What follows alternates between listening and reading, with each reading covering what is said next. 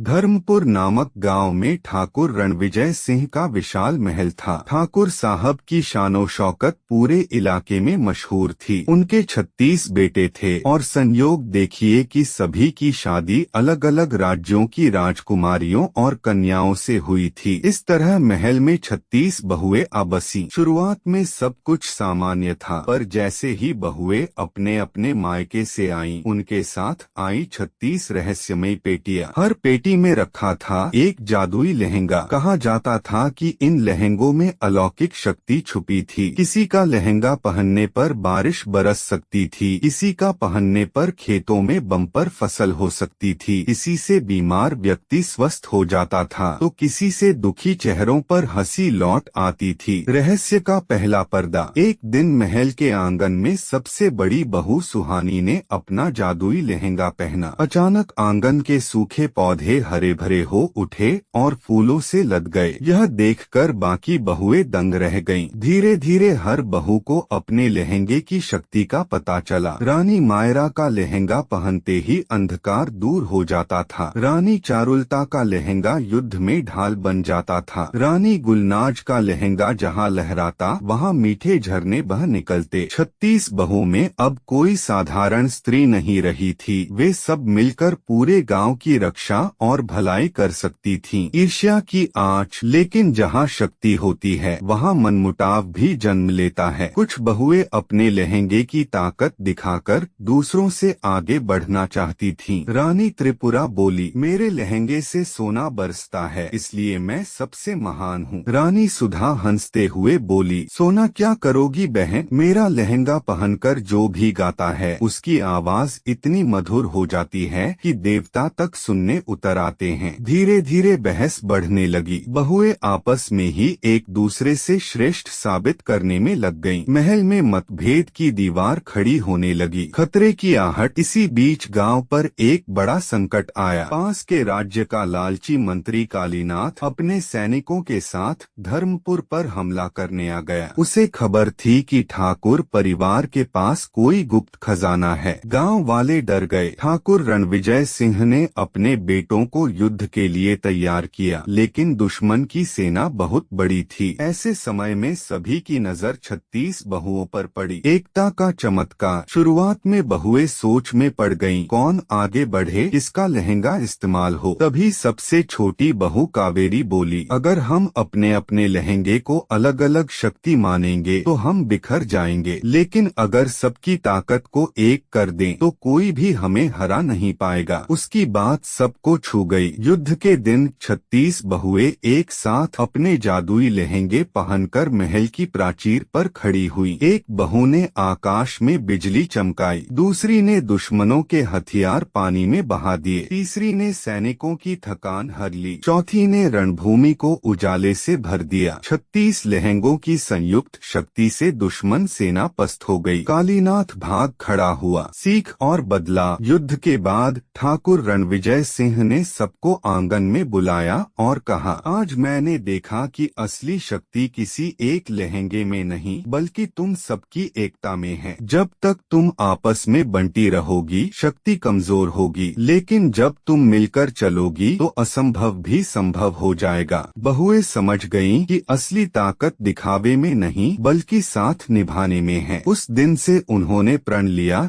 कि कोई भी बहू अपने लहंगे की शक्ति का गर्व नहीं करेगी बल्कि सब मिलकर गांव और महल की रक्षा करेंगी। गांव का नया रूप। धीरे धीरे 36 बहुओं की ख्याति दूर दूर तक फैल गई। बीमार लोग उनके पास आने लगे। किसान उनकी मदद से खेतों में खुशहाली लाने लगे। बच्चे उनकी कहानियां सुनकर बड़े होने लगे। महल अब केवल राजसी ठिकाना नहीं बल्कि सेवा और त्याग का केंद्र बन गया। गांव वाले कहते, ये 36 बहुएं नहीं 36 देवी हैं। इनके लहंगे नहीं आशीर्वाद चलते हैं। अंतिम संदेश। समय बीतता गया। बहुएं बूढ़ी हो गईं, लेकिन उन्होंने अपने लहंगे संभाल कर रखे। आखिरी वक्त में सबने मिलकर निश्चय किया कि ये लहंगे आने वाली पीढ़ी की बेटियों को सौंप दिए जाएंगे। और तब यह गुप्त संदेश छोड़ गई। लहंगे केवल कपड़े नहीं हैं, यह एक प्रतीक हैं। यह दिखाते हैं कि जब औरतें मिलकर कदम बढ़ाती हैं तो कोई ताकत उन्हें रोक नहीं सकती। निष्कर्ष। यह यह कहानी हमें यही सिखाती है कि शक्ति कभी अकेले की नहीं होती। असली ताकत मिलजुल कर काम करने में है। औरतें केवल घर की शान नहीं बल्कि समाज की आधारशिला हैं। अगर आपको यह कहानी प्रेरणादायक लगे तो वीडियो को जरूर शेयर करें। हर कहानी में छुपा है एक सबक। जुड़िए कृष्णवेर्स AI के साथ।